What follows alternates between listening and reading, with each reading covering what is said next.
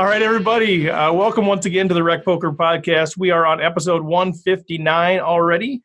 This week, we're going to be tackling more listener questions with our panel. Right now, we got Jake Mason, Chris Jones, Jim Reid. We got this thing covered, man. It's going to be some good discussion. And a reminder that, as always, we are sponsored by Running Aces Racetrack and Casino and also by Learn Pro Poker. So check those guys out. Give them your business for sure. Running Aces Players of the Week, and it's painful, man. Every week is painful for me to have to mention some of these people on air. I mean, last week we did the Fly Eagles Fly thing. It was very painful. But Jay Brousseau, great player. Sorry, I got to give a shout-out to Jay. Player of the Week. Josh Harwell, Brian Morey, Be the Kid. Alberto Briones-Moraz, who's part of our RecPoker Nation, and Donovan Kimmis. So congratulations to those guys for picking up some bonus lammers for being the Running Aces Players of the Week. We had a few binks from among our membership this last week since our last podcast. So Alberto did take the $30 tournament. I don't know why it says $43. That's a typo. It was like $430. I think they did a multi-weight shot. But Alberto took down officially the $30 tournament at Running Aces. Rob Adsem, not a bink, but a nice deep run out at the win, turning $400 into $7,600 with his fifth place finish out of 456. And Steve Webb, he still hasn't told me about his bust-out hand yet, but he made a nice deep run in the MSPT this last weekend, so congratulations to Steve-O. And a few announcements for those of you who missed it. 5 more hours of great content that we dropped last week. Super excited about what we put out there for the membership. If you're not a member, go check that out. You can get 30 days to try it out for free. Go to rec.poker, check it out. But some just great content out there. And Chris Jones was behind a good chunk of that. So thanks to Chris. But congratulations to Jill Burke. She took down our December home game on Poker Stars. I was very frustrated with Jill. Not really, but I had my kings up against her, and she defended with queen six, flop 2 pair, and that was curtains for me. I finished in third place. But David Baer, who's been on kind of a tear, everything he's playing, he finished in second place. But congrats to Jill. And a shout out to John Somsky. He's been organizing this thing for the last 4 months, and he's got good plans for next year. Really excited. If you haven't already heard, go check out rec.poker/homegame. John has set up a league for next year. We're going to be tracking points for this thing. First Wednesday of every month. He's also adding a second Wednesday of the month, a mixed games league. And we're going to be trying to figure out how to do some tutorials and some content leading up into each of those home games. But John is putting out the schedules for that, and that's going to be really fun. It's all free. You don't need to be a member. This is just wide open to the public. Come join us. We just have a blast out there playing on Wednesday nights. Also, this Wednesday, Chapter 6 of the Andrew Brokus book. So if you guys are tracking along with that, Playing Optimal Poker, it's kind of GTO for the everyday player, and it's been super helpful to understand some of the concepts. So you're welcome, if you're a member, to join that conversation. We'll record it, make it available back to the members. That's coming up this Wednesday. And then Maria Ho, the long-awaited visit from Maria Ho. She's had to defer a couple of times, but we got her locked in. As of yesterday, she confirmed again. Now I'm sort of in this place where I'm confirming these people, but every day just to make sure that they're still locked in. But she has to do a daytime deal. So if you are around next Monday at 1 o'clock p.m. Central Time, we're going to be interviewing Maria Ho. We'll try to make that available on Facebook Live. Certainly we'll be recording it and making that available as a podcast. So if you want to join that conversation, we have a few openings. If you want to join the panel on there, especially since it's during the day. And you're welcome to submit any questions, and we'll try to get through as many as we can. Hey, Jake is on here too. Maybe, Jake, I'll let you do the update on the NFL Survivor Pool. We're getting down to the real deal now.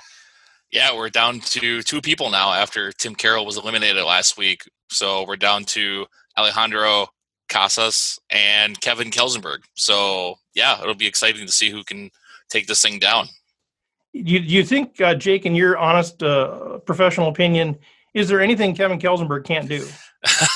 I mean, at this point, I've been, at this point, I starting to wonder, starting to have doubts. Yeah. I mean, even his son too. It's something. Yeah. So Kevin owned a restaurant forever. What was it called? The Eat.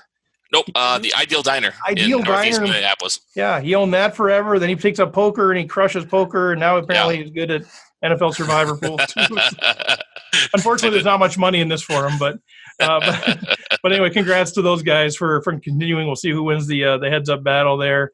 And also, I know, Jake, you were involved in a couple of conversations out on the Discord channel. We went ahead and added a fantasy football channel out there too, for those of you who are into kind of that. Discord, if you don't know, is kind of a free, wide open chat room that's available for anybody. You can jump on there, go to rec.poker, you can get the information on how to join there. But people like Jake, who are great minds at fantasy football, can give you some insight and some picks. One thing I would just add real quick is if anyone has any questions, especially with the fantasy football playoffs coming up, I'd be happy to answer them too. That's pretty awesome. Yeah, and I listen to you guys talking like, what is happening? I don't get it, but it's impressive nonetheless. Thanks for that, Jake. And then just kind of a final announcement. I know we've had a lot of announcements today, but just go to rec.poker, man. We're trying to keep that updated as much as we can. A lot of great information out there. Go just check it out. Pop around in and out of different tabs there. A lot of good stuff. I think you'll be surprised at how much good stuff is out there for you to take advantage of. So with that, anything else from the panel? I mean, any other announcements? I mean, I know you can never have enough announcements on a podcast. I know that's just – they're shaking their head like, get on with this, dude. All right, let's get on with this. We've got 3 hands. And as always, you guys are welcome to submit hands, submit questions. We can't get to all of them, but we did choose 3 for tonight for this crew to kind of go through and give our opinions on. So there's a lot of words on the screen if you're watching this, but if you're just listening to the podcast, we'll try to do our best to make sure that you have all of the information that you need to follow along here. But the first one is from Josh Schwartz. Josh is just starting up a FPN, a Free Poker Network league out in Colorado. And so him and I have connected. It's been kind of fun to see his journey, and he's excited about what's going on there. But he had this question from one of the tournaments that he played online that he wanted some of our perspectives on. So we have the wizards here to answer these questions. Luckily, I just get to facilitate and turn it over to the wizards. But Josh is playing an online tournament. The blinds are 15-30. It's really early in the tournament. He says he doesn't know much about his opponents. He says the villain seems solid, if not a little bit on the tight side, but it's still a little early to really be able to tell. Josh is under the gun with 2,300 chips. So what is that, 75 big blinds or so? And he's got pocket jacks, 2 black jacks. And he raises to 90. He says, because I didn't have my betting set up to bet 2.2, LOL. But Josh opens to 3x under the gun with pocket jacks. And then the player directly on his left, under the gun +1, with about 60 big blinds, makes the call. And the big blind also calls. So there's 3 ways. The pot is 310 chips. And then the flop comes 4-8-8 rainbow. And the big blind checks. And Josh bets 360 into a pot of 310. So a big chunky bet there. And under the gun +1 calls, and the big blind folds. So the pot is now 1,030. And it looks like under the gun +1 must have around 1,300 chips, somewhere in there. Josh must have around 1,800 chips, somewhere in that ballpark, with a pot of 1,000. So we're getting pretty close here to being an all-in moment, I think. The turn is the 5 of the 4th suit, so completely rainbow board. So flushes are irrelevant, but a 5 comes on the turn. So now we have a board of 4-8-8-5, and Josh decides to check. And then under the gun bets 580. And Josh tanks and folds and shows his pocket jacks. And I asked Josh, we kind of went back and forth a little bit just to clarify a couple of things on here. And I did ask him about the large bet on the flop. And he said he's been trying to apply this thing that he's been learning from Assassinato, which is Alex Fitzgerald, where you overbet the pot if there's no cards over 9 and you have strong equity against all ace-X hands, where the X is less than your lowest card. So we can talk a little bit about that, unpack a little bit, but I did ask him, wanted to make sure that the 360 was a correct amount. So that's what he said there. And then he said, ultimately my decision came down to a gut read that something was off. Was it GTO? Nope, not even close. He says, I spun it to 11th, but I'm trying to figure out if I could have saved a bit here or taken a different line to maybe get to showdown with the same investment. Okay, Wizards, what do you think? Jake. So I guess my first thought is, well, the first thing I'd like to know is what the starting stack is. If I had to guess, it's probably around 2,000 chips. And also, is it a rebuy tournament? Because for me specifically, I do I guess if I were to play this hand, I'd probably just go with it and then rebuy. Obviously, I don't know the buy-in amount. I don't know what the bankroll is relative to the buy-in, all that, if you will. But the first thing I like to think of is, I mean, I'm totally fine with 3x raise early on. I mean, I don't typically do, like the min raise or 2.2x raise until later in the tournament when Andy's kind of come into play. So I'm totally fine with that. I mean, you could maybe even go 4x since you're under the gun. But other than that, I think that's standard. And then when you're talking under the gun +1 calling, that's what I like to call positional awareness, where this person is calling knowing that there's everyone else yet to act behind him. So in theory, his hand should be strong, but I mean, it is an online tournament early on, so that's not necessarily the case, I think. And then as far as the flop goes, 4-8-8. I mean, unless he really has something like, like 7-8 suited or, something like that. I mean, jacks are probably going to be ahead most of the time, and I would think that queens plus would 3-bet pre-flop.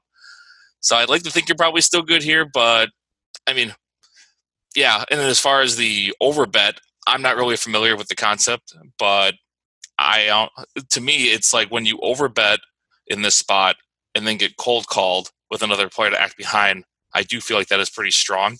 So that's one thing I would keep in mind there. And then as far as the turn, bringing in the 5, the rainbow 5, really shouldn't change anything. I mean, there are some random straights that could potentially get there, like 6-7, I guess. But yeah, maybe a sticky pocket 5s or something. Sure, it's possible, certainly possible. But I mean, you would think that on an overbet on the flop, I mean, you're not probably wouldn't be calling with those hands. Right. So I guess for me, the hand, I think it's just like, okay, you're in his eyes, he probably thinks he's way ahead, way behind. But at the same time, what's really changed as far as like the board? Nothing really. So really, for him to make this fold, I feel like he almost put his opponent on an overpair the entire way, or maybe like a some sort of suited connector that contained an 8. I mean, yeah. I mean, it online's obviously tough too because you don't have there aren't really any specific reads you can go off of or anything like that. So yeah.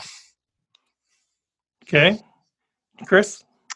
Yeah, I think I'm obviously fine until we get to the flop. I want to talk about this. I think and I'm not here to question Alan Fitzgerald or Assassinato, and I've seen this thing before, but I think these are the kind of things that you have to look at and understand the principles, sort of why we're doing this in the first place.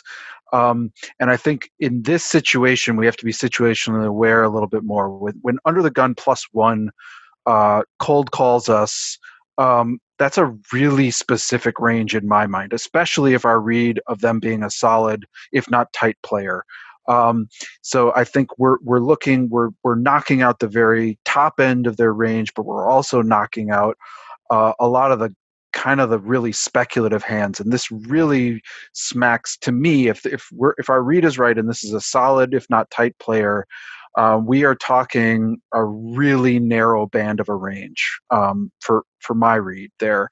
And so when we're talking about this Assassinato thing of putting in that overbet here, I think that's more something we might look for in a situation where we're getting called by, say, the button or the big blind, and we're in this type of flop situation.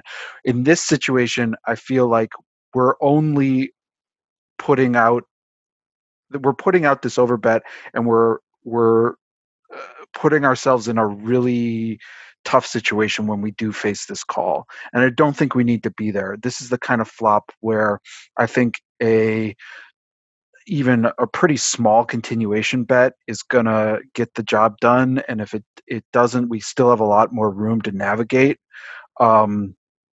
So it's one of those where I'm not a big fan of that overbet in this particular situation. But I don't know what others think. Is that generally because it's such a dry board, or is that? Yeah, I mean, I feel like when you have the paired board like this, especially with it, like, to me, if under the gun +1 is, as we read, a solid player, like the 8s that they have in their range are, pocket 8s, really. I mean, and so I mean, I feel like we are putting ourselves in a I mean, we can accomplish the same thing we're wanting to accomplish with that c-bet at half the price, and we can then that slows down the whole progression of this hand. So that I would put out something like into a pot of 310. I'd put out a bet a little under probably 40%. So, something like 120, 130. And, I feel like from there we can progress. I think it's quite likely we still have the best hand once Under the Gun continues and bets out. And in fact, if we do that smaller c-bet, I am on this turn, I'm much more likely in that situation to then lead big on the turn rather than lead big on the flop. Yeah, I kind of like this line if the intention is to then check call or check call turn and river, because it almost looks bluffy, right, when you're betting this big. Right.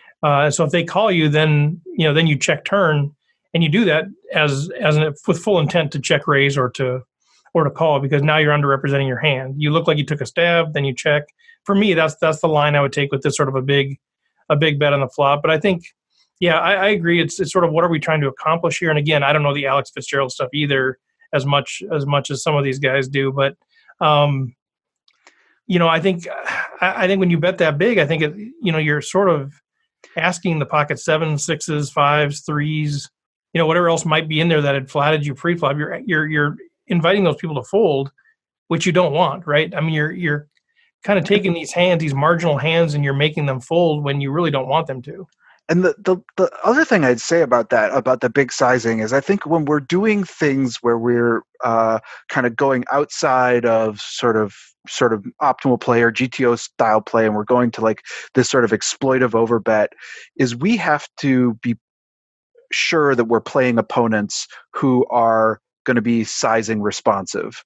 And I don't know this field, and I don't know this tournament, and but if I'm playing, I don't know anything about this, but if I'm playing an online pretty short stacked tournament, and we're in early levels, I'm not necessarily sure that my opponents are going to be that sizing responsive and understand that, oh, this is an overbet here, so I shouldn't be doing X, Y, or Z. And so, and I think if we start doing that, we start to outsmart ourselves, I think, a little. Yeah, I think that's a really good point. And a lot of the kind of techniques like this that we're talking about really should only be used against particular opponents that you expect it to have a particular effect on. Player pools aren't going to have consistent enough responses to these kind of moves, where it sort of depends on, do they think it's strong or do they think it's weak? You know what I mean? Particularly when it comes to the sizing of betting, over betting, if they're not going to respond differently than they would for a 2/3 pot bet or something like that, then I just don't think you get enough from it to warrant the extra cost. But what do we think he's actually calling that flop bet with here? I'd be curious to see what the panel has to think about that. Like, what are the actual hands that he's calling that over bet on such a dry board with there? Yeah, I was going to say, I guess for me, it'd probably be like, what, pocket 10s, pocket 9s, pocket 7s, pocket 5s. I mean, a lot of the pocket pairs, maybe some straight draws, but again, I probably rule those out since they were, since it was a raise from under the gun and called from under the gun +1. So yeah, I mean, I don't necessarily put our opponent on an overpair here. And I guess the other way I look at it too is if we're in the opponent's hands and we have one of those other types of hands, like pocket 7s or pocket 9s or 10s or whatever, and our opponent raises under the gun, call, flop is 8-8-4, our opponent c-bets into us, we call one time with the middle pocket pair, turns the ragged 5, and our opponent checks to us. Now I probably do lead out with pocket 7s or something, like thinking my opponent has ace king or ace queen, a hand like that. So I just think there's, I think if you put yourself in your opponent's situation, I mean, your opponent would probably bet a hand like that on the turn that you're still ahead of. John, did you have something there? Yeah, I was just going to say, so I'm not super familiar with this particular tactic from Alex Fitzgerald, but it seems to me that you wouldn't necessarily want to target flops with a pair on the board, because you really want to, it'd be better for flops where the top pair is paired their hand. So they have an ace 8 and it's 4 6 8 or something like that, where now you're in good space against it. But against a tight under the gun +1 player, they shouldn't be having any of those ragged ace hands, or not very many of them. So there aren't very many to target in this situation. And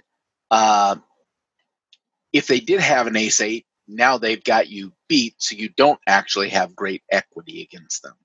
And all of the other hands, so they probably don't have a pair bigger than yours, because kings and aces definitely would have raised, and probably queens would have raised pre-flop as well. So I like the pocket pair idea of putting them on a pocket pair, but it's probably a pocket pair that would be 10s or lower. I guess they could have jacks as well, but that's unlikely. There's exactly one combo of that left. So I guess I'm agreeing with Chris mainly that I don't necessarily think the overbet was a good idea on this particular texture of the flop, keeping in mind that I have not studied this particular line from Alex. So maybe it's the perfect thing and I just don't know any better, but it doesn't seem like it's a good fit for me. And I think what Jake said makes a lot of sense, in that once he does call that flop bet, I mean, he should be betting every turn. He should be betting every hand in his range on the turn when you check to him, because the hands that he gets there with are strong enough already that I can't imagine a hand that he actually would check behind on the turn when you check to him in that spot. Whereas if you were to make the flop bet smaller, well, I'm not sure if that would make it any better on the turn, but at least you'd have fewer chips in the pot. Yeah, I think it gives you an opportunity to get to the river if you make a smaller bet, just with the stack sizes too. I mean, that's part of it for me, is with these stack sizes, you're making a pretty big commitment of your stack. And if your opponent started with 1,800, they put in 90, so they've got about 1,700 left, and you put in 20% of their stack, you're getting pretty close to being, committed here, or committing them, I guess, as you should say. But the bet sizing for me, again, I don't understand all the principles of it, but it's just, I feel like you're forcing your opponent to play optimal, and they're going to be folding a lot of hands that you beat that they otherwise might have called with, and they're going to be calling, most of the stuff that they call with is going to beat you, and it's going to put you in a really tough spot. And I think, I look at this spot here too, and I go, if it's 8-8-4 and I got pocket jacks, I don't know that I'm going to get 3 streets of value post flop on this, or that I should expect it without being beat. So it's sort of, okay, I bet flop, get called, and now I'm looking for one more street of value somehow. What's the best way to get that? And I want to keep my opponent's bluffs in there. So I'm probably going into check call mode here, partially for pot control, partially as a underrepresentation of my hand. But it's pretty hard for me to check fold that hand there in that spot. Well, I like the idea of overbetting strategy. Like, I think there's definitely a place for overbets. You can decide on your game whether it's a balanced place, or if it should be bluff heavy, or if it should be value heavy. But I'd want to do it in a situation where I knew how the opponent was going to respond to big and small bets differently. And I'd want to do it on a different board, I think, that because this is so polarizing already to a continuing range, with an overbet like that, you can accomplish it with less. And then the only other thing that I would say here is, don't show that hand at the end when you fold it. Just fold, say good hand, and don't show that hand, because that tells everyone at the table, I fold an overpair to 1-bet on a scary turn. And it's probably right to do it. But the people that are going to be the bluffers at the table are going to take note of that. And now you're inviting people to bluff you more often than they would otherwise. And that's just not a situation you want to be in if you have a choice.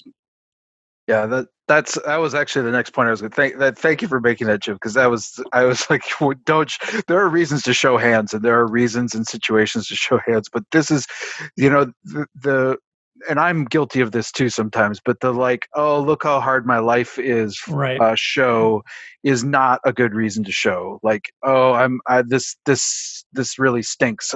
So look, look at my great hand that I'm folding in this situation. You're really telling your opponents a lot. You're telling them that you're folding a hand as strong as jacks on a pretty innocuous board. And I think you're opening yourself up to more pain like this. Yeah, I think part of why we show, and I show too much. I'm trying to get better at it, but because it's kind of fun. But I think I think there's something subconscious about. We think if we show, they'll show, and then hopefully they do show, and hopefully they show that they had 9-8 suited, and you feel just great about your fold, and people think you're a genius. But when they don't show, you're like, oh, I guess I just gave information. I got nothing in return.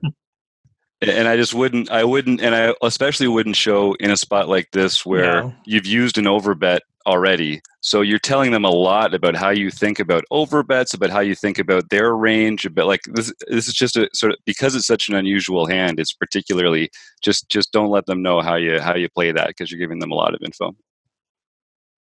Yeah, I mean, I think, obviously we weren't there. I'd say, we're going to wrap up the discussion on this one, but I mean, hats off to Josh for, I mean, you put it out there. This is how we learn too. We don't know the right answer, but I think, you trusted your read as well. And that's something that's important to take note of too. If your read was something was off, if your read was they were slow playing aces or something like that, sometimes, you just fold your hand. But yeah, maybe what the guys are saying, don't show it. Just don't let people know what you're thinking, because they're going to infer a lot of that. And I think not everybody at the table is going to be paying attention to that, but there'll be those one or two people that are paying attention, that are taking note, and might be able to exploit you later in the tournament. Good discussion, guys. Let's move on to the next one, just because we got two more to get through here. This one's from some donkey named Chris Jones. You guys have maybe heard of him. Donkey, whatever. Fantastic player. But Chris, why don't you, we've got the text up here, but why don't you walk us through this hand from the MSPT? Yeah, definitely a donkey Okay. in this moment here. Okay, so this is day 1B of the MSPT. We are at the 300, 500, 500 level. And I have 15K on the button out of a 20K starting stack. So I'm falling behind some of the field, but still pretty healthy. But I should mention, and one of the reasons I wanted to bring this up too is I think there's some things we can talk about the hand and what the decisions and how to play this kind of hand. But also, I want to talk a little bit about playing against really quality opponents and how maybe how to get that out of your head sometimes, or keep that in your head, or whatever. My table was littered with some of the best players on the MSPT circuit. I had Mike Shin as the player of the year, Ryan Fan, who's really good and had a really good main event run a couple years ago. There are a couple other really great players, all surrounding basically me. And that brings us, and I've just been, the other thing is I've just been caught bluffing on a pretty good bluff, but somebody called me down. So I wasn't unhappy with it, but I'm falling backwards in terms of the chip stack. So Ryan Fan opens to 1.2K from the hijack, and he's got a stack of about 40K. He's doing pretty well. He's been very active and aggressive. And I flat with 7 of diamonds, 7 of hearts from the button, and the big blind calls. The flop is the jack of diamonds, 10 of spades, 3 of clubs. And at this point, I'm mostly, I may call a small bet, but I'm mostly, I'm probably with 2 opponents. I'm probably in give up mode at this point. It's not an ideal flop for me, but it happens to check around, which makes me think a lot better about my 7s. And the turn is a very, nothing card. It's a 2 of spades. And again, it checks around to me. So at this point, I'm feeling pretty okay about my sevens. I'm thinking, well, somebody could be sitting there with, I think we would have heard from a jack at this point. It's possible there are some tens still out there.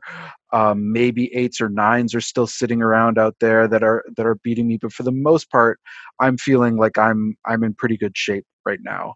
And so I put out into a pot of about I think it was about 3,600 at this point. I put out about a bet of 2K. And so the big blind folds and Ryan Fan calls. And the river is the 2 of diamonds, and Ryan Fan shoves, which is a massive overbet. It's about, I had about 12K behind at this point. And I think the pot was about 7,400 at that point. And I'm curious what people make of this shove.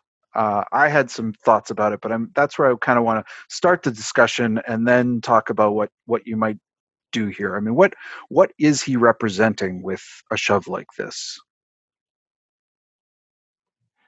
I don't know. Is he representing overpair? Queen? I mean, does he check back queens, kings, aces on the flop? I can't imagine. So yeah, maybe checks twice, checks it back twice. A set of jacks, a set of tens, which is now a full house. Pocket threes.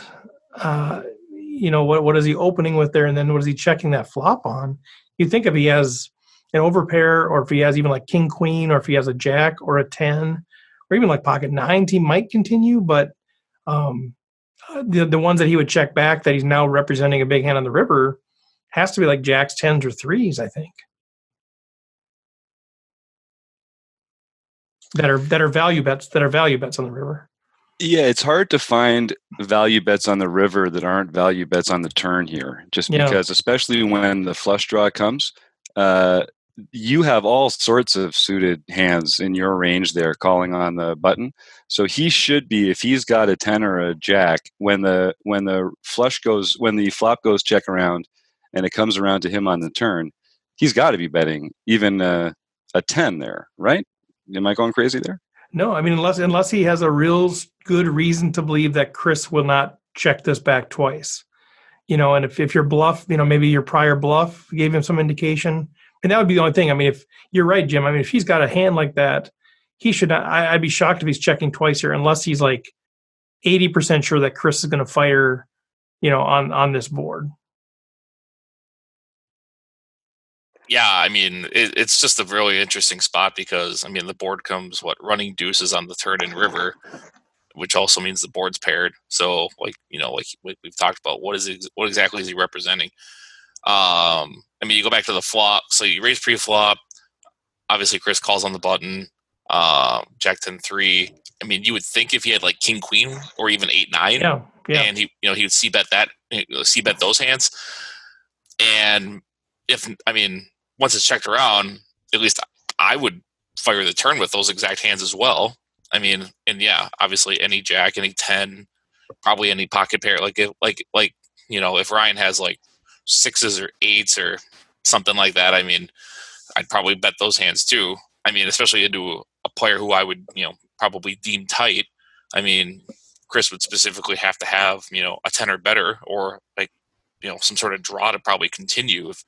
So, I mean, it's a little surprising that Ryan Chris check back flop. Right, so exactly. You got the guy in position that checks flop. You got the guy in the big blind who's checked twice. Yeah, I mean, to me, it just looks like it's a hand that, like, it's not even. To me, it looks like Ryan's not even playing his hand. It's more just like, I know Chris is going to fold, so I'm just going to apply max pressure. I mean, that being said, maybe he gets super, super tricky with like ace deuce suited that when runner trips, and Chris would never put him on that. But even then, I think he would just bet to extract value. So, yeah, I mean, it doesn't really make a whole lot of sense. I mean, yeah. John, did you have something there? Well, I was just going to say, from a value point of view, I could see, assuming he got to the river, and ignoring if he could get there, but assuming he got to the river, I could see him betting with a hand as weak for value, with a hand as weak as ace 10 or king 10 or any 10, because at that point you really I don't think Chris has an overpair because he didn't bet the flop and he didn't raise pre-flop. Chris could have a hand like Queen Jack, but when it checked to him on the flop, he would have bet that. So if Ryan had a hand that was just a 10 with something to go with it, anything, I could see him doing that for value. Or if he happened to have pocket threes, he may have slow played there. But it seems like a lot of his hands would have to be bluffs, although I can't quite figure out what he would have bet. Since he led and there were only 2 callers, I'm a little surprised he didn't make the continuation bet on the flop. That's what's confusing me. Yeah, that was the thing. As I was sitting there, like struggling with this hand, it was like I was struggling to find value and I was struggling to find bluffs. Like I feel like if he's got anything like Queen 9, 8, 9, anything that's kind of straighty in there, we're going to hear about that before now. If he's got anything, I guess it's some kind of random 10. I even feel like if he's got pocket jacks or pocket 10s, that the shove doesn't, or pocket 3s even, the shove doesn't make much sense to me. Like he wants to get paid with those, and it's so unlikely that I'm going to pay him unless I've got something much strong. What's his stack size at this point? He has like 40 to 45K. I can't remember exactly, but he's got me well covered. So in that case, this is really looking more like a bluff to me, because the way you've played this hand, it's really hard for you to have a hand, and this is not a criticism, but hard for you to have a hand that is comfortable calling an all-in bet. Because your hand looks like what you have, pocket 7s, which is a good hand the way the hand is played out, but it's not very strong, and you don't really want to lose an MSP tournament, go out with your tournament life with pocket 3rd pair, or 3rd highest pair on the board. And it's so it's a tough situation. So, but it seems like from his perspective, so he has a good chance, high percentage chance that you're going to fold. And even if you call, he still has 30K in chips, which is still probably above the average stack at this point in the tournament. Right. So with that, I think there's a good chance it was a bluff, but he may have done it with a strong hand too to make it look bluffy. I don't know. So who would call here? I mean, it's easy to say on the sidelines, not ponying up $1,100, but I mean, I guess it's also possible that maybe he has 4 or 5 and he missed an open ender since it was checked around on the flop. Maybe he's even accidentally bluffing with the best hand with 8s or 9s, trying to get you off a jack or a 10. Yeah. So here's one quick question for you, Chris. Did you ever consider 3-betting pre-flop with the button and your tight image? That's actually the part where I've gone back and forth. I've been trying more and more to figure out the sort of those middle pair, what to do, and I've really started to narrow in on some of these really middle pair kind of button flatting, because I don't want to get pushed off of them, because even if Ryan does have a monster under there, I want to still be able to see my equity with my potential set on a 7 and get paid with it. Sure. So I have not been doing that much. I used to do that a lot more, and I've been trying to sort of ramp that down a little. I still do it sometimes, but pretty rarely. And I wasn't considering it here, especially with my short stack. Yeah, as I said, the stack size certainly plays into it. I mean, if Ryan's raising from under the gun, I'd probably consider maybe just flatting, but, he's opening in the cutoff. I think his range is a little wider, but I mean, that being said, I don't blame you for flat calling. I certainly flat call here a good chunk of the time as well. I was just curious if it was, it had even crossed your mind at the heat of the moment. I'm trying to come up with some hands here that, do we think he ever plays like ace 3 of spades, ace 4 of spades, ace 5 of spades like this, where he opens that wheel ace from the hijack? There's so many tens and jacks in the big blind and the button range that he doesn't want to bet it. And he actually has equity to call on that turn with the 2 of spades and just chooses not to check raise with it. I'm trying, because like you said, there's just not a lot of real obvious bluffs that don't bet the flop but still proceed on the turn and then find themselves a spot to bluff on the river. Those wheel ace, those weird low suited cards are the only ones I can think of here that he'd have. I would think a suited ace, like ace 5 of spades or something with all the equity down the turn, you think would either lead the turn or maybe check raise the turn. But yeah, that's certainly possible. Yeah, check raise makes a lot of sense there. Ultimately, I had ruled those out, and where I did land was, that what you had mentioned, Jake, was that ace deuce, that there are some ace deuces out there that he's potentially turning into as his big value hands here that make the most sense to me. And then the bluffs are not that many, but maybe some of the gut shots are still sticking around, maybe something like an 8-7 or something. It's just so hard for me to believe that he would check a ace deuce on a flop like this. Like, that's just such a polarized bad hand. Right. I mean, I just would have expected. I would expect him to continue with a hand like that. Yeah, it's a good point. But he could, but I mean, he's got like no equity with ace deuce other than a really crappy ace high. So I would expect him to continuation bet that. Yeah, I think, I mean, as played, I probably do call and hate it. But just because the story, I have a hard time making sense of the story. And if he's creative enough to play like pocket jacks or pocket tens the way he did there and then make it look bluffy on the river, I might just have to give him credit. But I mean, what I do know about Ryan Fan, I don't think I've ever played with him, but I've watched him a few times, and he's that aggressive, and he's very, very capable of making that bluff. Whereas, some players you play against, you're like, boy, I just don't think they're ever doing this without the goods. Yeah, for me, if this is a $150 tournament at Aces, I'm probably calling most of the time. Yeah. But, playing in an MSPT is still a big deal for someone like me. Yeah. So I would have a lot harder time calling it off. That doesn't mean it's not right to call it off, but I feel your pain. No, and that's actually what I was beating myself up over afterward. Is like, if this is a standard tournament at Running Aces or wherever, I'm calling this every time because it doesn't make that much sense.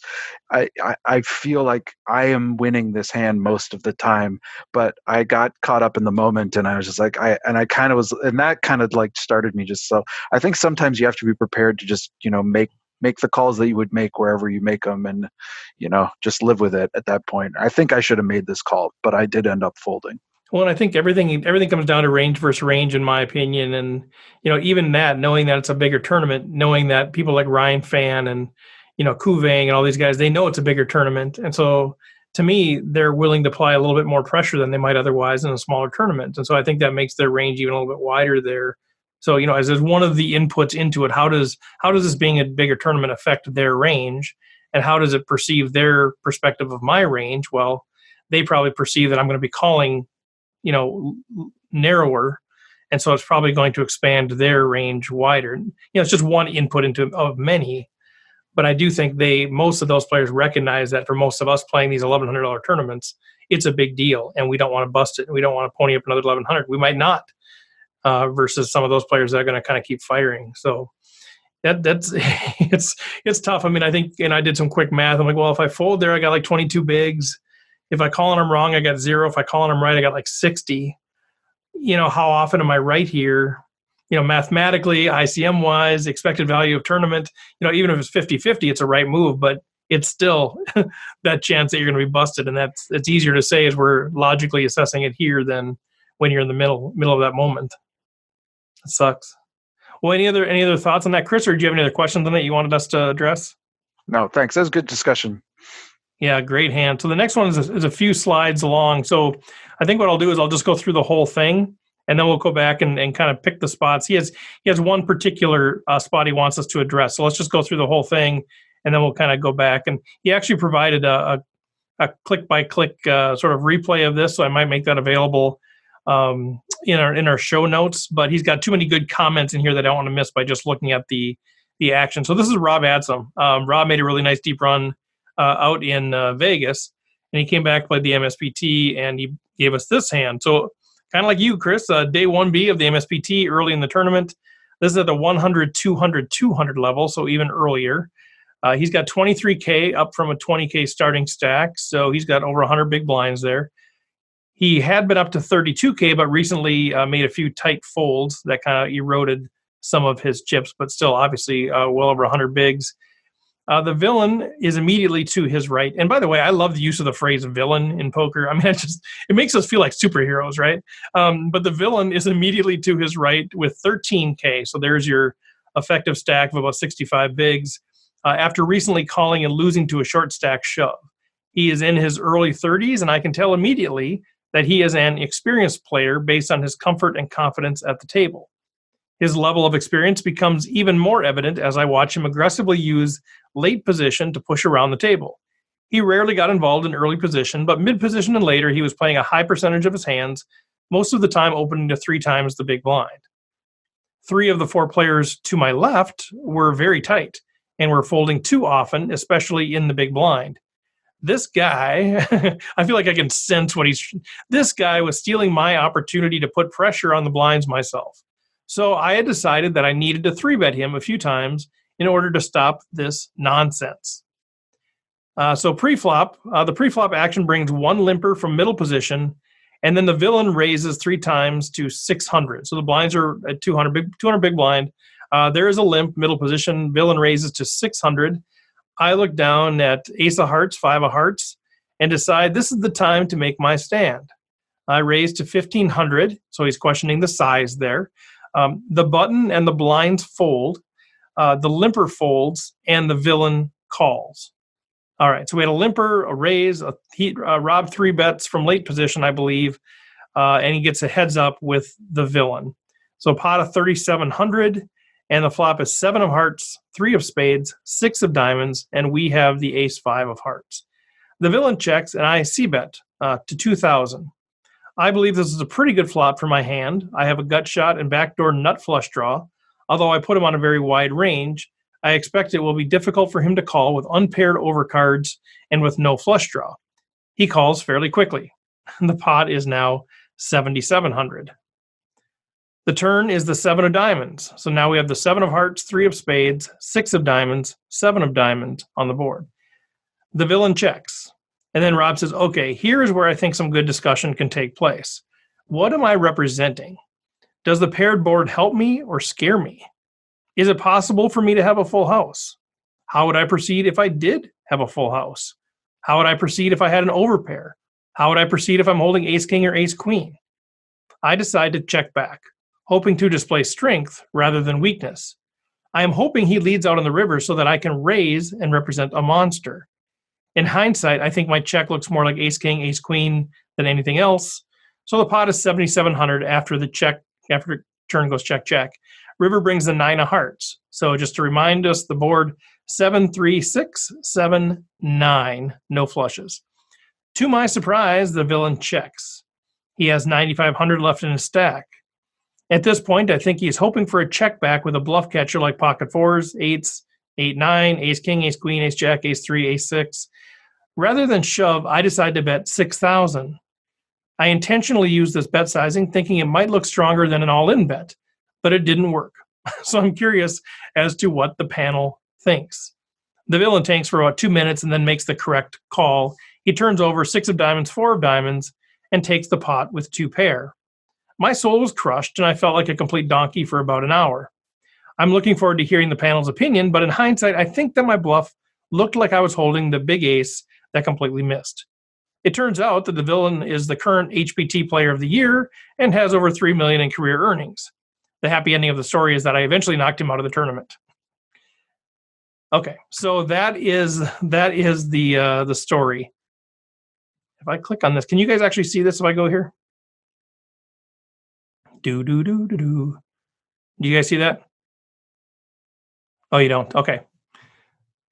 Okay, well, go ahead and with your thoughts. I'm going to try to share this click-through screen so we have something to look at. Do you guys see that now? Okay, so Yeah, we can see that. Who's got some thoughts on this deal? Well, I guess one thing that this is another one of those spots, like similar to the first question that we were looking at today, where much of it depends on, and I hate to be the it depends guy, but it depends on who is that guy that you are trying to exploit with this bet here. Because you said on the turn, you check behind, and that could be viewed as strength, or that could be viewed as weakness. And then on the river, you choose this bet size because it looks stronger than a shove would. And I completely get that. I always wonder if people would shove with the nuts in spots if they could get more value with a smaller hand. So it's just one of those things where, unfortunately, we don't know unless we know how this opponent actually responds to that. And if you don't have a lot of information on them, I would say try and exploit them less and just try and play the hand more according to the textbook. Not the textbook, but if you don't know enough about them, don't try and exploit them, I guess would be the answer that I have for that. If you, because so much of this depends on how are they going to view strength, how are they going to view weakness. Mm-hmm. So for me, the first thing I look at is I do think the 3-bet is a little bit too small, especially with the limper in there. So it's one limp for 200, a raise to 600, a 3-bet to 1500 rolls back to our opponent. It's only 900 for him to win, 2100 at that point or whatever it is. So, I mean, I think if I'm going to go for a 3-bet, I'm probably going to make it.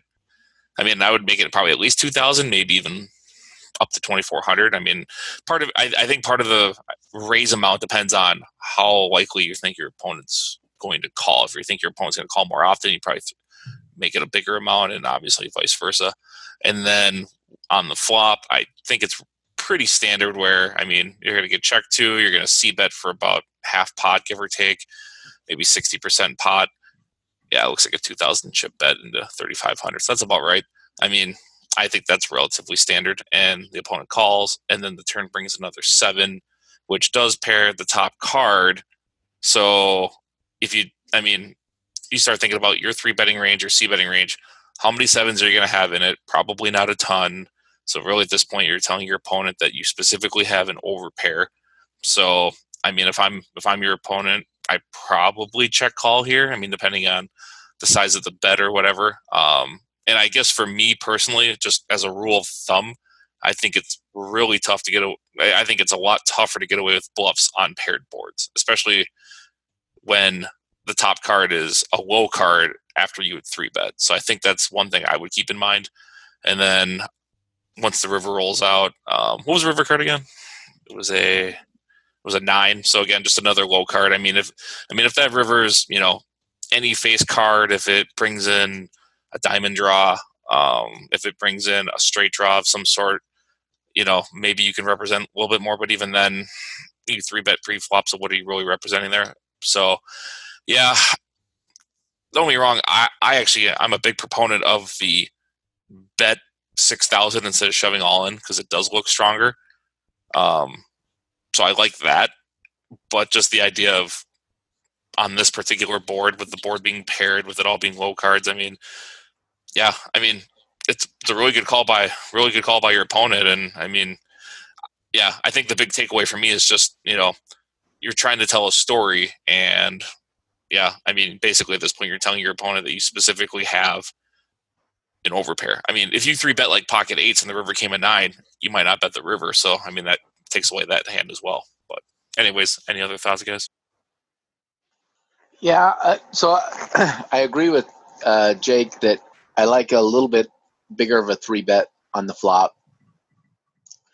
I think 1,500 is just a little bit, or pre-flop, I think 1500 is a little bit too small. And then when we look at the flop, the flop, I agree, it's not a bad flop for your hand, but it is a bad flop for your story because you're representing a big hand. I mean, ace, king, ace, queen, aces, kings, queens, maybe something as low as tens against a very active player like this. But those are the hands that you're supposed to have for value. And this is not a great flop for any of those except for your pocket pairs. So your pocket pairs, it's a good flop for, but all of your big aces, king, queens, ace, king, all of your aces, it's a bad flop for. So if you're going to continuation bet here, which I like, you could do it with either continuation bet with the plan of giving up, or you've got to continue on the turn again, which basically says I have an overpair. And if you continuation bet on the turn and then bet again on the river, I don't think he can make this call. Now, the risk is his range does contain a lot of sevens. So it's very possible he could have you beat here as well. But there aren't as many sevens in the deck since there are two on the board too. So that's my take. Yeah, I really like what you said there, John, because I think the line here where we're basically, we are representing a big hand, and we may like this board with the specific hand that we have, but I think this board, although it doesn't really favor either of us that much, I think it more favors the caller of the 3-bet than the 3-better once we hit this flop. And then, so if we're going to continue, we've got to continue this line of having a big overpair, I think. Sort of aces, kings, or queens. And so when that turn hits, if we have aces, kings, or queens, I think once we check this back, the part of your summary that I think is the part that I question the most is that this conveys some amount of strength, or could be conveyed as like, oh, this is scary, somebody's trapping me kind of thing. I think this screams, okay, I can rule out aces, kings, and queens at this point. Because I think aces, kings, and queens should be continuing on this turn card, and then you can make that choice and sort of represent that on the river. But at this point, if you're not there, it's really hard for, I think at that point when we hit the river, there's a few of those overpairs left.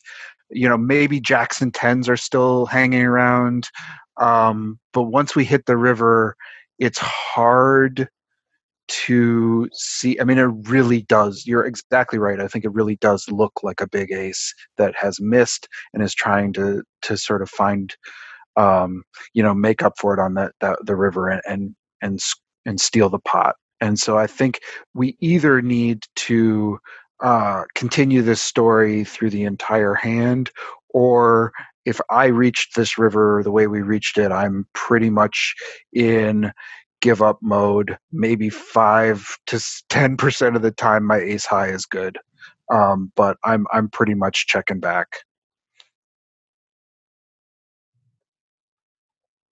When we were in the earlier stage of the hand and we were talking about checking back on the turn and whether that was going to be projecting strength or weakness, and then on the river talking about what bet size to use and how that'll get viewed as being stronger than a shove.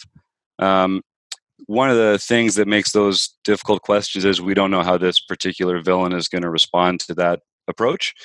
But now that you've gone through this hand, like you can tell now because it's already happened. Like you can actually make some notes on this player that are really helpful about how they view those kinds of plays. So I think you can clearly say that checking on the turn, he did not think that was strong, because that made it easier for him to call that river bet.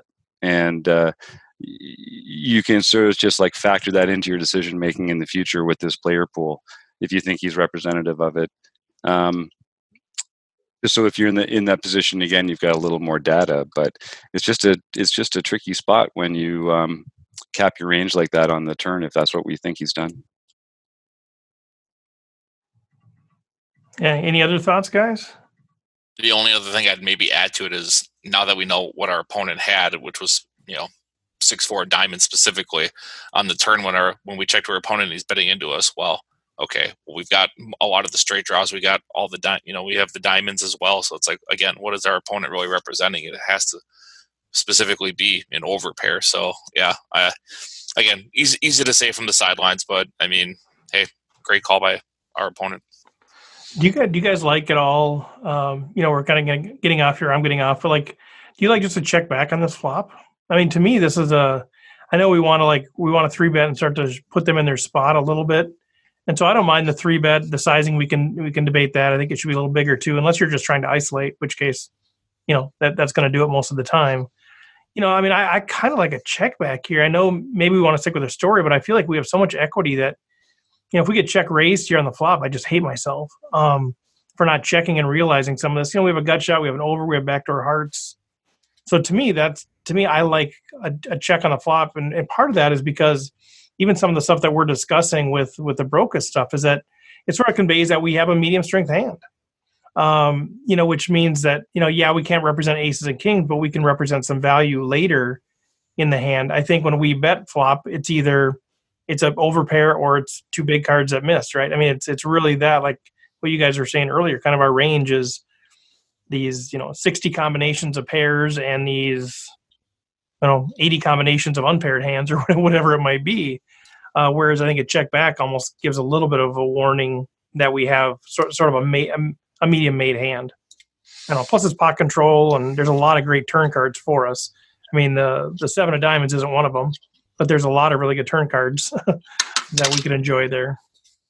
Yeah, and you've got some showdown value against a hand like King, Queen, Jack, and yeah, I do agree. I mean, you're the 3-better pre-flop, and the board comes 7 high. So yeah, your range is really polarized in this spot for sure. Yeah, I like that too a lot, because I think that's maybe what I'm stumbling to try to say is because this flop is so sort of does not favor our range very much. Like, I think that if we can c-bet this, we either have to think this is a 3-barrel plan where we're going to have to represent a massive overpair, and assuming this board doesn't really degrade, we're going to have to represent an overpair the whole way down.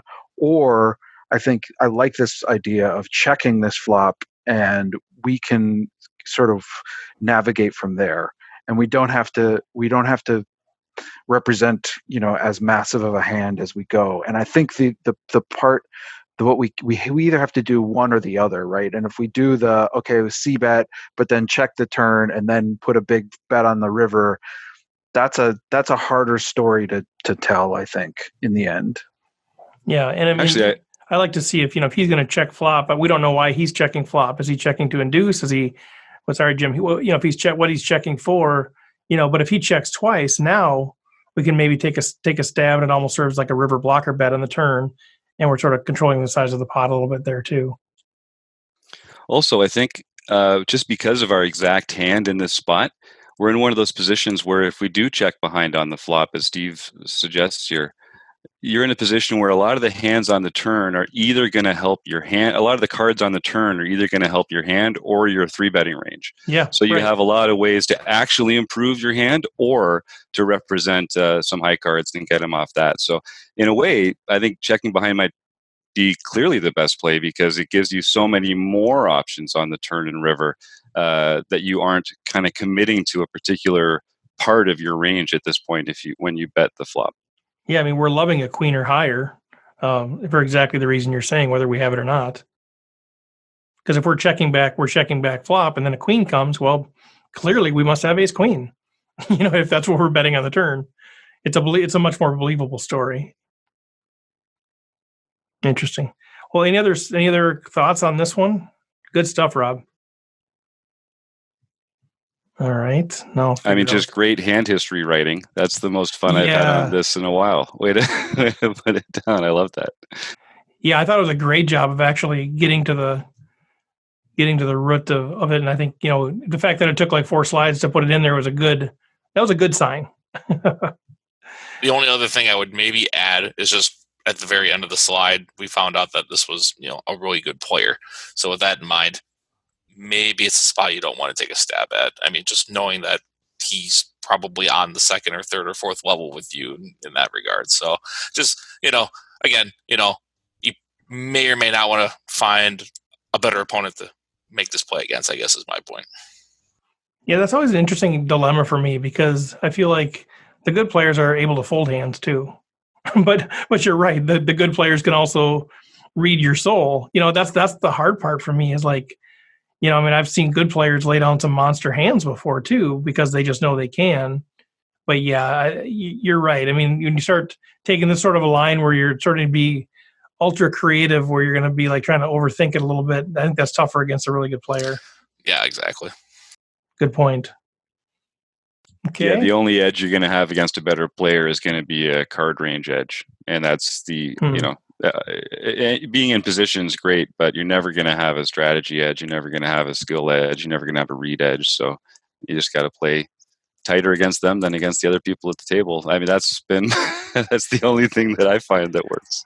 Do you guys do this? Because, I mean, literally, the words that he used were words I just used in our home game where I'm like, I had two guys that were, two people that were raising in particular spots. Like Jake Ingebretson was raising my big blind. And I was saying in my commentary, okay, I'm kind of waiting for a spot to 3-bet Jake out of the big blind. And then Jill Burke was raising in late position quite a bit. And I said to myself, I'm looking for a spot to 3-bet her. And I kind of had a similar sort of mentality where, I picked up a marginal hand like this, sort of a suited ace, and like, this is my time. And I'm just curious too, Rob obviously had that same thought. Is that good thinking? Is that a leak sort of thinking where you're sort of trying to now manufacture scenarios that aren't really there? Like, is that, or the way Rob and I thinking about this, is that an okay approach, or is that a form of tilt in a way that we're actually not playing optimal because we're looking for spots to kind of push back against these aggressive players? I mean, I guess I would say you could maybe say that. I mean, especially early on in the tournament when, you're so far away from the money too. I mean, at this point, it's almost like, like you said, you're trying to plot out a plan and then it becomes a script but really, like, what are you, outside of, maybe not having your big blind raised every single time. Other than that, sometimes like, what is that really accomplishing? But well, because even then, like I tell people all the time, I'll fold my big blind early in tournaments, whatever. Right. I'll get them back later. I just don't worry about it. But there is that once in a while where you're like, okay. Yeah, this is like the third time now. Pattern developing here. John, what did you have to say about that? Well, I was going to say, in this particular situation when you're directly behind this person, and there's a lot of other weak players that he is taking advantage of, I understand the desire to want to do the 3-bet and want that to succeed, to say, hey, you got to let me have my fair share too. Where since I'm not as good as you, maybe my fair share is 1/3 of the time, but at least it gives you some opportunity to play those hands. So trying to find a spot to take a stand isn't all bad. Particularly, he is being more aggressive. He's being aggressive more frequently than his hands should warrant, which means he's playing a very wide range, which means that you're aggressive. And obviously, he did it with 6-4, right? So he is playing a wide range. That has been confirmed. So trying to 3-bet him isn't bad. And ace-5 is a fine hand to try that with. But I think if that's your goal, then you either need to cut your losses sooner or continue with the story so that you can actually achieve that goal. Yeah, I don't mind doing it with an ace because you got the blocker. But exactly, John, like you said, at some point, maybe worth just backing off and moving on to the next hand. Chris?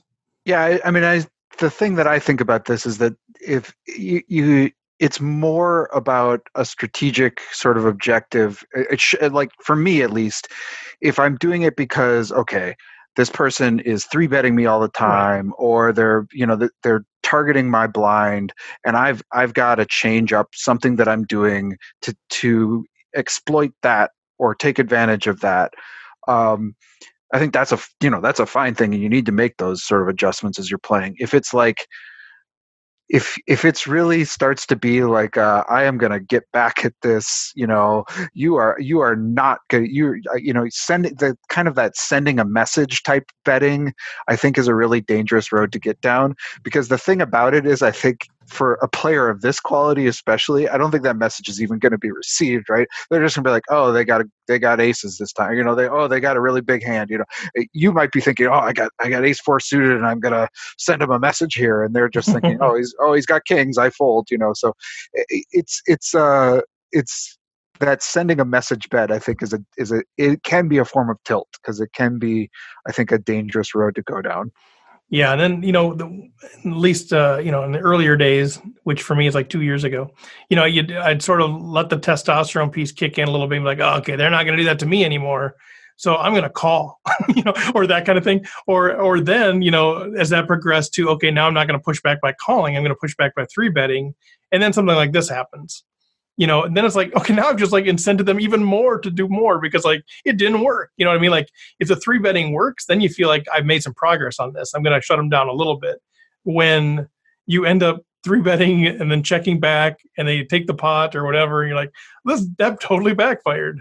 That's where it feels like you're almost making things worse. Yeah, that's one thing you have to remember with players this good that play aggressive like this. They're used to people getting frustrated to the point that they need to play back. So that's partially why he is able to make this call. It's because his image has earned it. That's a super good point. So it makes it really the player reminds me a lot of playing when I play against Koo. Yeah. I just absolutely hate it, because it feels like no matter what I do, he does everything better than I do. Kuvang, that is. Yeah, and he's just such a bad human being too, right? I mean, can we call Koo out on this podcast? Because, like, I'm kidding, of course. If you know Koo, he's one of the greatest people on earth. Yeah, when you're not at the table. Right. Jim, did you have something there? I just wanted Jim, to say, you don't know Koo. I don't know who this person is, but I feel like I know something about them. He's a fantastic player and a fantastic dude. Yeah, I can tell. I was just going to say, I think when guys like this show up who are kind of trying to run the table, and as John pointed out, they're playing they're more range than their hands represent. Like they're playing a higher frequency than their hands actually allow them to play well. You shouldn't invent spots to go after them, but I think you should take the ones that come, and you should just do it with a plan that suits the hand that you're working with. Like ace 5 suited, maybe the canonical 3-bet bluff hand. But one of the things that makes it great is that when you flop that flush draw, you've got all this extra equity, and it blocks them from having aces when you pre-flop, when you raise them. But once you get to the flop with it, and they have called, and you get that flop, that doesn't mean that you have to pretend every 3-bet was pocket aces either. Right. Because your strategy was really just to take advantage of his wide opening range and make him fold a bunch of those when you 3-bet him with the ace. And when he doesn't fold them, then I'm not sure what the plan should be, but you don't feel like you have to take that hand all the way just because you picked a good 3-bet spot and the guy didn't fold. I love it. And just as a little bit of a tangent there, I'm already seeing these T-shirts printed up. Ace 5 suited, a canonical 3-bet bluff hand.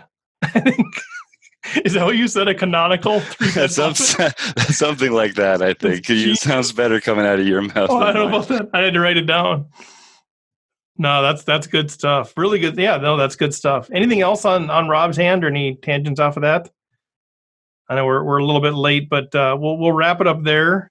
Good stuff, guys. Good stuff here. A couple of things as we wrap up, and if you guys have anything else, just jump on in here at any point in time. But thanks to you guys. Thanks. I know Jake just had to head out a little bit early, but Jim Reid, John Somsky, Chris Jones, thanks to you guys. Reminder on Wednesday at 6:30 Central Time, Chapter 6 of the Brokus book led by Cheyenne Bhattacharya. And then next Monday at 1 o'clock p.m. in the afternoon Central Time, we'll be interviewing Maria Ho. Hopefully we can get our Facebook Live feed up for that. At minimum, you'll see it on podcast, on YouTube, that sort of thing. Feel free to send in any questions you have for Maria. We got a few spots available if you want to beg and plead and we take bribes. We take bribes if you want to be on the air and interview Maria. I'm just kidding about that. Chris Jones looked like he's ready to call his lawyer. But anything, any questions, I'll go check out rec.poker. Go check it out, you guys. A lot of stuff out there. If you have any questions, reach out, man. That's what we're here for. As we've said many, many times, we're really about trying to build a positive and encouraging, a vibrant poker learning community. We've got content that we think it's great, especially for the recreational player. But really at the core of what we're trying to do is build relationships, build community, and we'd love to have you connect with us on that deal. So go out there, check it out.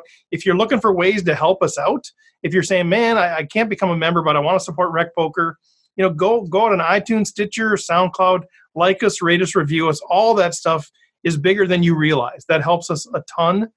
We put out weekly tweets also. We read some articles from 888 Poker. We put out some information about those. Retweet those. All of that kind of stuff just helps us grow the brand and grow what we're trying to do and build more relationships with more cool people. So just let other people know what we're up to, man. We appreciate all of that. And finally, just a reminder, Running Aces Racetrack and Casino, they've been our official sponsor since the beginning. And Learn Pro Poker has just jumped on here recently as a sponsor for the podcast. So support them as much as you can. And that's it.